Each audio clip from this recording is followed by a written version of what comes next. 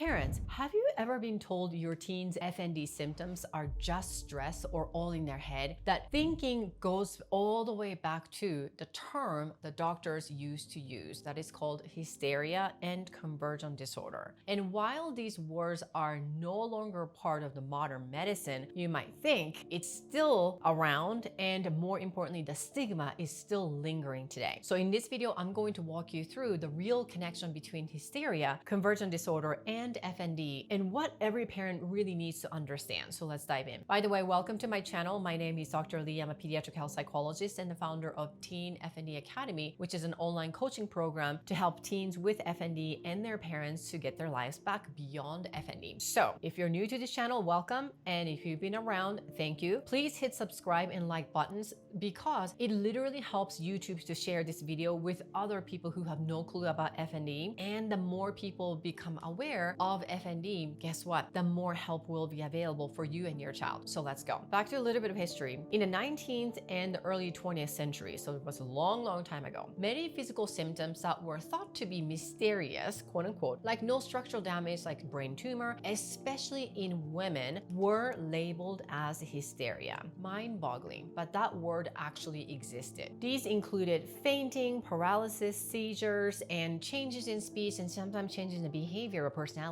And these symptoms now we know as part of the FND spectrum. But back then, because there was no clear test or medical explanation at that time, people assumed it was just emotional weakness or even attention-seeking behavior. And even to the extent of hysteria is coming from this wandering womb, and therefore it only happened to women. Super weird, but bizarre. So moving forward to today, the word hysteria may be gone, but here's the deal. The mindset behind it has not changed or disappeared. Why? Because since then, a semi-outdated term called conversion disorder took over in the early 1990s. To be specific, it's between 1992 and 1994, which was still considered as pure mental health disorder and illness caused by stress and anxiety. So now you're getting to the point of here. So that's why many families today, maybe including you, still hear the same message. It's just anxiety. They're doing it for attention, or it just doesn't make sense because it doesn't show up on the test and everything looks normal. So that's a great news. And so just go home and the business as usual. Or, oh, this is a trauma. It's a pretty common thing. So go see a therapist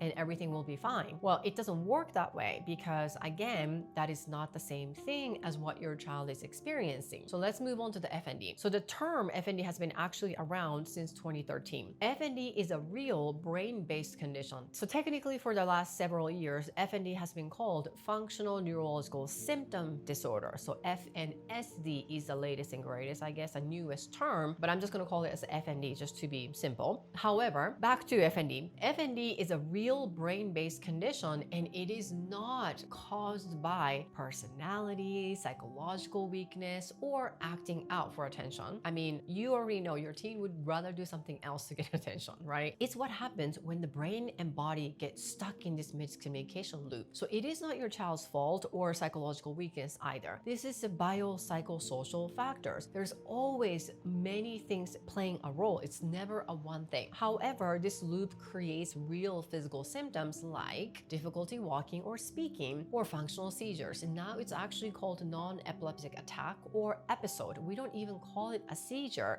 actually anymore. Tics-like symptoms or tremors, numbness, tingling, or vision changes or personality changes, behavior regression, and all of the other stuff. Now, these symptoms often appear, as you can imagine, normal scans and tests, but trained providers can diagnose FND using clinical signs during the exam, as well as clinical history taking, and all of these things looking at it together, not by ruling everything out. So if you have had this experience of, well, we can't find anything, that's why it must be FND. That's kind of slap in the face, right? There's gotta be a way to, and there is actually a way to rule in the diagnosis of FND. And FND is absolutely not limited to women. It affects all genders and ages, including teens, and the earlier it's recognized, the more likely recovery becomes absolutely true. So things like it's just stress, they're making things up. If nothing shows up on the MRI or other tests, that means there's nothing wrong. So just go home and do business as usual. Those are the modern versions of the old hysteria and convergent disorder label. So now you know this is why